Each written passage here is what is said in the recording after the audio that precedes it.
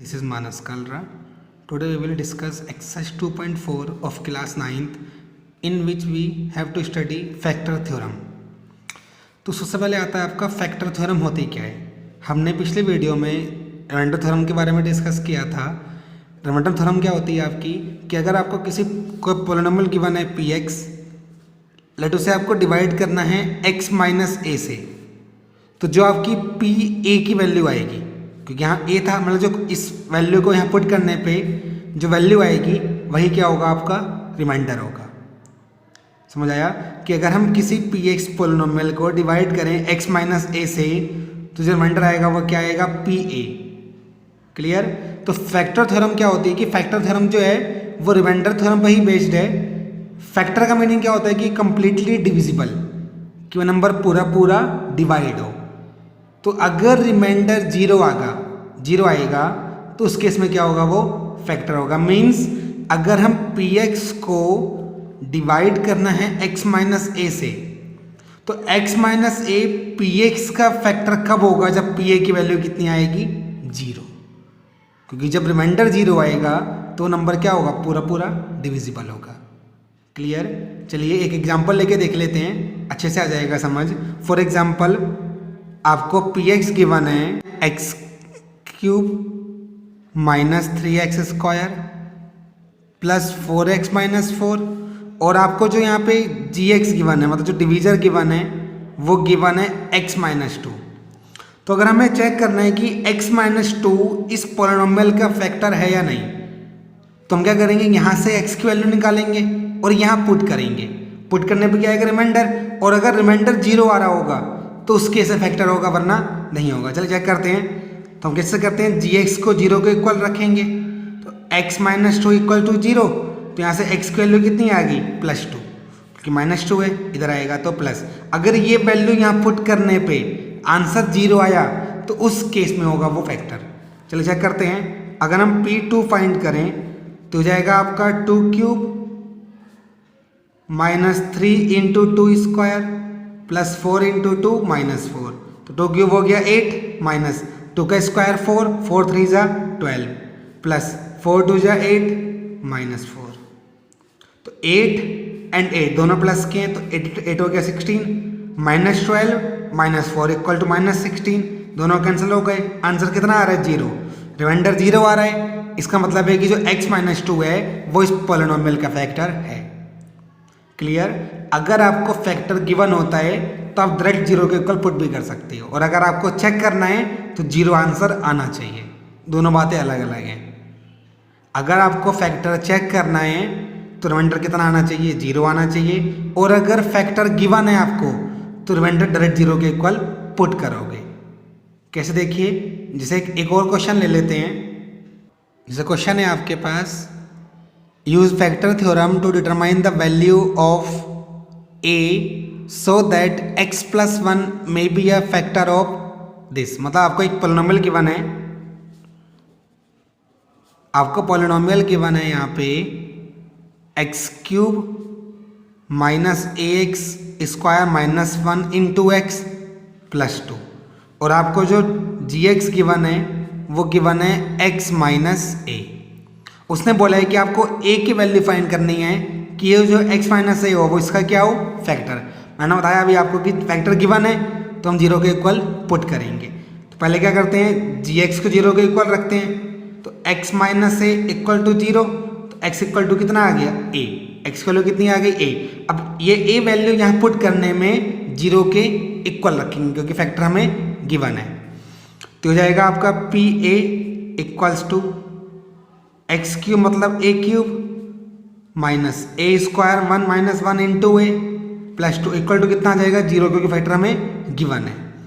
तो a cube minus a square into a कितना हो गया, a cube minus minus plus 1 into a plus 2 equals to 0। A cube cancel, तो a plus 2 equals to 0। तो ए equals to कितना आ गया, minus 2। Clear. कि जब भी आपको फाइंड करना है, चेक करना है कि फैक्टर है या नहीं, तो आंसर 0 आना चाहिए। और जब आपको फैक्टर गिवन हो तो डायरेक्ट 0 के इक्वल पुट कर देते हैं। क्लियर। चलिए अब स्टार्ट करते हैं एक्सरसाइज 2.4। एक्सरसाइज है आपकी 2.4। क्वेश्चन नंबर फर्स्ट है आपका,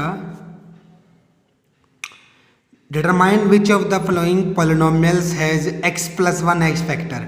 आपको चेक करना है कि जो पॉलिनोमियल्स गिवन है उनमें से x प्लस 1 किस किस का फैक्टर है। तो x प्लस 1 डिवीजर है इक्वल्स टू 0, यहाँ से x की वैल्यू कितनी आ गई -1। अब ये वैल्यू पुट करने पे जहाँ पे आंसर 0 आएगा वो फैक्टर होंगे और जहाँ आंसर 0 नहीं आएगा वो फैक्टर नहीं होंगे, क्योंकि फैक्टर थ्योरम है तो रिमाइंडर कितना आना चाहिए, 0 आना चाहिए। क्लियर? चलिए पुट करके देखते हैं। फर्स्ट पार्ट है आपका x³ plus x² plus x plus 1। अगर हम यहाँ p-1 पुट करें, मतलब x की वैल्यू कितनी पुट करें, -1, तो ये आएगा -1³ प्लस -1² प्लस -1 प्लस 1। तो -1 का क्यूब कितना होगा, -1 प्लस -1 का स्क्वायर 1 प्लस माइनस -1 प्लस 1। ये भी कैंसिल हो गए, ये भी कैंसिल हो गए। आंसर 0 आ रहा है, मतलब रिमाइंडर 0 आ रहा है, इसलिए फैक्टर होगा। तो आंसर क्या आ गया, यस। क्योंकि फैक्टर का मीनिंग होता है कंप्लीटली डिविजिबल, और जब कंप्लीटली डिविजिबल होगा तो रिमाइंडर कितना आएगा, 0। चलिए एक पार्ट और कर लेते हैं। सेकेंड पार्ट के बने, सेकेंड पार्ट नहीं, हम करते हैं फोर्थ पार्ट। फोर्थ पार्ट है आपका x³ minus x² minus 2 plus √2 into x plus √2। चलिए पुट करते हैं, वैल्यू कितनी है, -1, तो जाएगा -1³ माइनस 1 का square minus 2 plus √2 into -1 plus √2। Clear? तो वैल्यू क्या आ जाएगी आपके पास, -1 का क्यूब हो गया -1 माइनस -1 का स्क्वायर हो गया +1 minus minus plus 2 into 1 2 minus √2 into 1 √2 plus √2। तो माइनस प्लस माइनस का 2 प्लस 2 माइनस √2 प्लस √2। ये भी कैंसिल हो गए, ये भी कैंसिल हो गए। आंसर 0 आ रहा है, तो इस केस में भी क्या होगा, यस। समझ आया? बाकी जो 2 पार्ट्स हैं आप घर पे कीजिएगा। चलिए क्वेश्चन नंबर सेकंड देखते हैं। क्वेश्चन नंबर सेकंड है, use the factor theorem to determine whether gx is a factor of px in each of the following. आपको एक पोलिनोमियल गिवन है px, एक डिवीजर गिवन है gx, आपको चेक करना है कि फैक्टर है या नहीं। मैंने बताया था अभी, फैक्टर का होगा जब रिमाइंडर कितना आएगा, 0। तो हम क्या करेंगे, gx से वेरिएबल की वैल्यू फाइंड करेंगे, उसे पुट करेंगे px में। अगर आंसर 0 आ रहा होगा तो यस, नहीं आ रहा होगा तो नो। चलिए फर्स्ट पार्ट देखते हैं। फर्स्ट पार्ट में आपको px गिवन है 2x³ plus x² minus 2x plus 1, और जो डिवीजर गिवन है आपको वो गिवन है x प्लस 1। चलिए यहाँ से वैल्यू इक्वल टू 0, तो x की वैल्यू कितनी आ गई, -1। अभी वैल्यू यहाँ पे पुट कर देंगे, तो p-1 equal to 2 into -1³ plus -1 square minus 2 into -1 plus 1। तो 2 इंटू -1³ कितना होगा, -1 प्लस -1 का square plus 1 minus plus 2 plus 1। तो हो गया प्लस माइनस 2 1 जा 2 प्लस 1, सॉरी यहाँ -1 था, प्लस 2 -1। 2 से 2 कैंसिल हो गया, 1 और 1 कैंसिल हो गया। आंसर कितना आ रहा है, 0, इसलिए क्या होगा, यस। क्योंकि रिमाइंडर 0 है, इसलिए क्या होगा, फैक्टर। चलिए सेकेंड पार्ट देखते हैं। सेकेंड पार्ट में जो px गिवन है आपको, वो गिवन है आपको x³ plus 3x² plus 3x plus 1, और जो फैक्टर चेक करना है वो करना है आपने x प्लस 2। तो x प्लस 2 इक्वल टू 0, तो x की वैल्यू कितनी आ गई, -2। अब पुट करेंगे यहाँ पे, तो p-2 इक्वल टू -2 पुट करेंगे तो -2³ plus 3 into -2 square plus 3 into -2 plus 1। तो माइनस का क्यूब करेंगे माइनस में आएगा, और 2 का क्यूब कितना होता है, 8